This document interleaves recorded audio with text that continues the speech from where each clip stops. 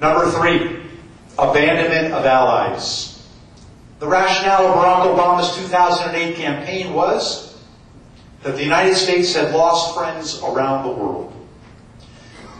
This was a myth and a lie. Nation after nation was our friend and sided with us.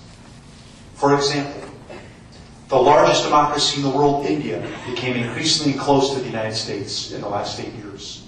Japan, the same. Australia, the same. 4 times re-elected John Howard, a magnificent leader and friend of the American people. Canada and Mexico could have chosen radical leftists. They didn't. They chose center-right. Colombia, the same. In New Europe, America is celebrated. They named streets after George Bush. Even in old Europe, Berlusconi in Italy, Chancellor Merkel in Germany, Sarkozy in France. Even again, Britain's Labour leader, Tony Blair, repeatedly matured and moderated and came to respect America's global leadership. To reset relations with the Russians, by the way, for which we have received nothing yet. Nothing on Iran or on their threats to Central and Eastern Europe.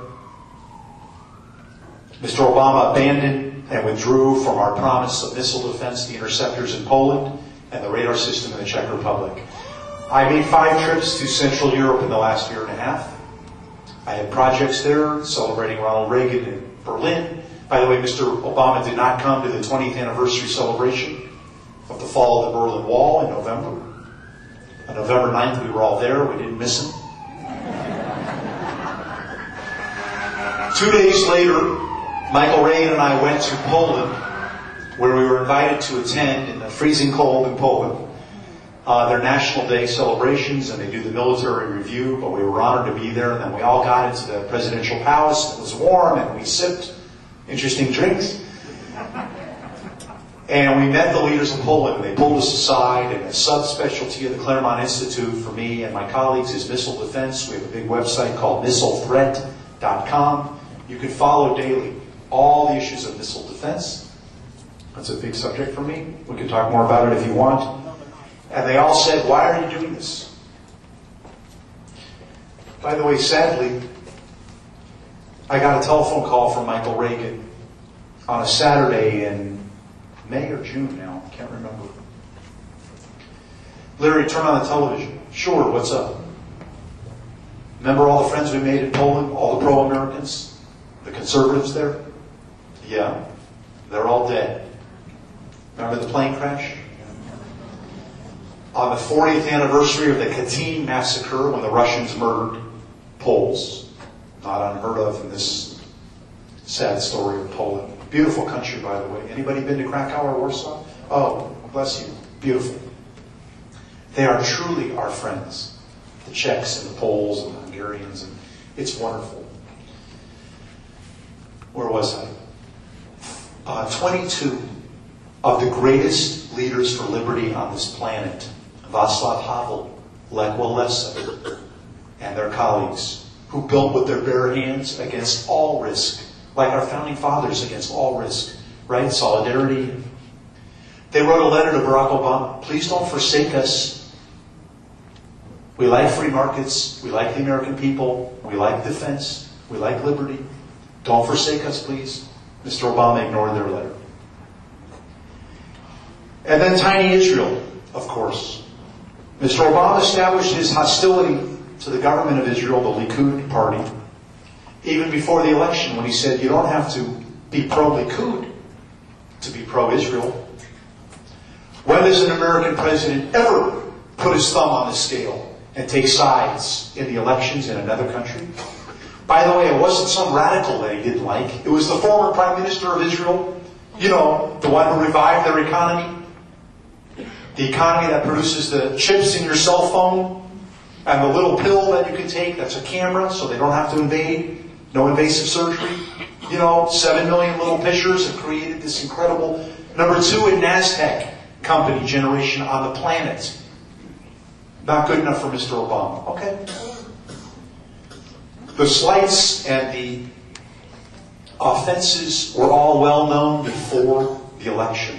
Some of you know I tried to help out a little bit. We tried to create some momentum, some Jewish-Christian alliance and friendship, and some arguments that Mr. Obama's worldview and rhetoric, his record, his advisors, his statements were wildly to the left and hostile to our little allies like Israel. Mr. Obama said to 7,500 attendees at the pro-Israel AIPAC conference, "I'm for an undivided Jerusalem," to big applause.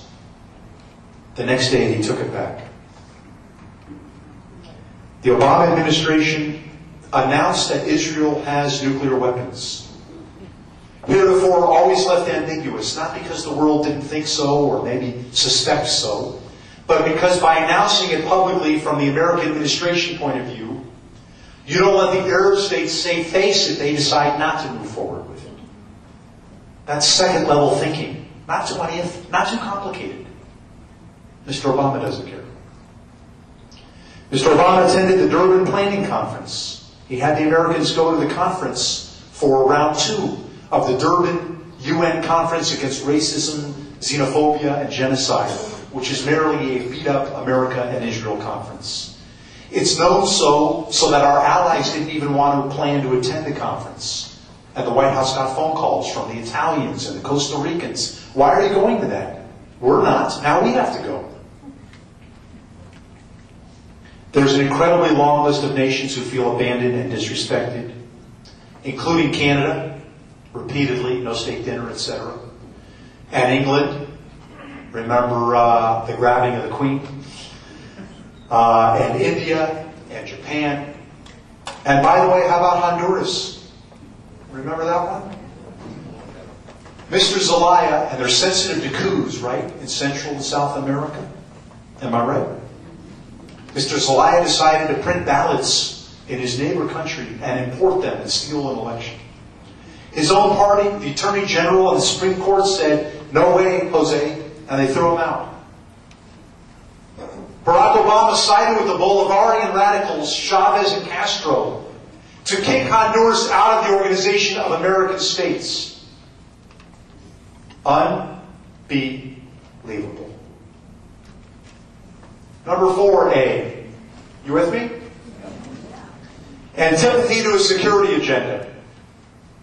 Only twice in almost 100 years has an American president never worn the uniform or had a strong relationship to our nation's military through his friends or close family members, a father or a grandfather. TR and FDR were both secretaries of the Navy. Truman served in the artillery. Ike, of course, was our great leader in World War II. John F. Kennedy was a Navy hero. Nixon and Carter and George Herbert Walker Bush all served in the Navy with distinction. Ford in the Army. Ronald Reagan joined the cavalry in the 1930s. Rode his horse into Hollywood. Made movies. Let me tell you a story about Ronald Reagan. In 1945, at the end of the war, he was a captain. They offered him a promotion. And he said, "Well, no. You give that to those who served overseas." Ronald Reagan. By the way, he went on to become the leader in the United States on POW MIA issues. That's how close he was to the military of the United States. And George W. Bush served in the Air National Guard. A little footnote to history on 9/11, when he was circling. Guess who he ordered up to defend the skies of Manhattan and Washington? The Air National Guard. Somewhat relevant to his own experience.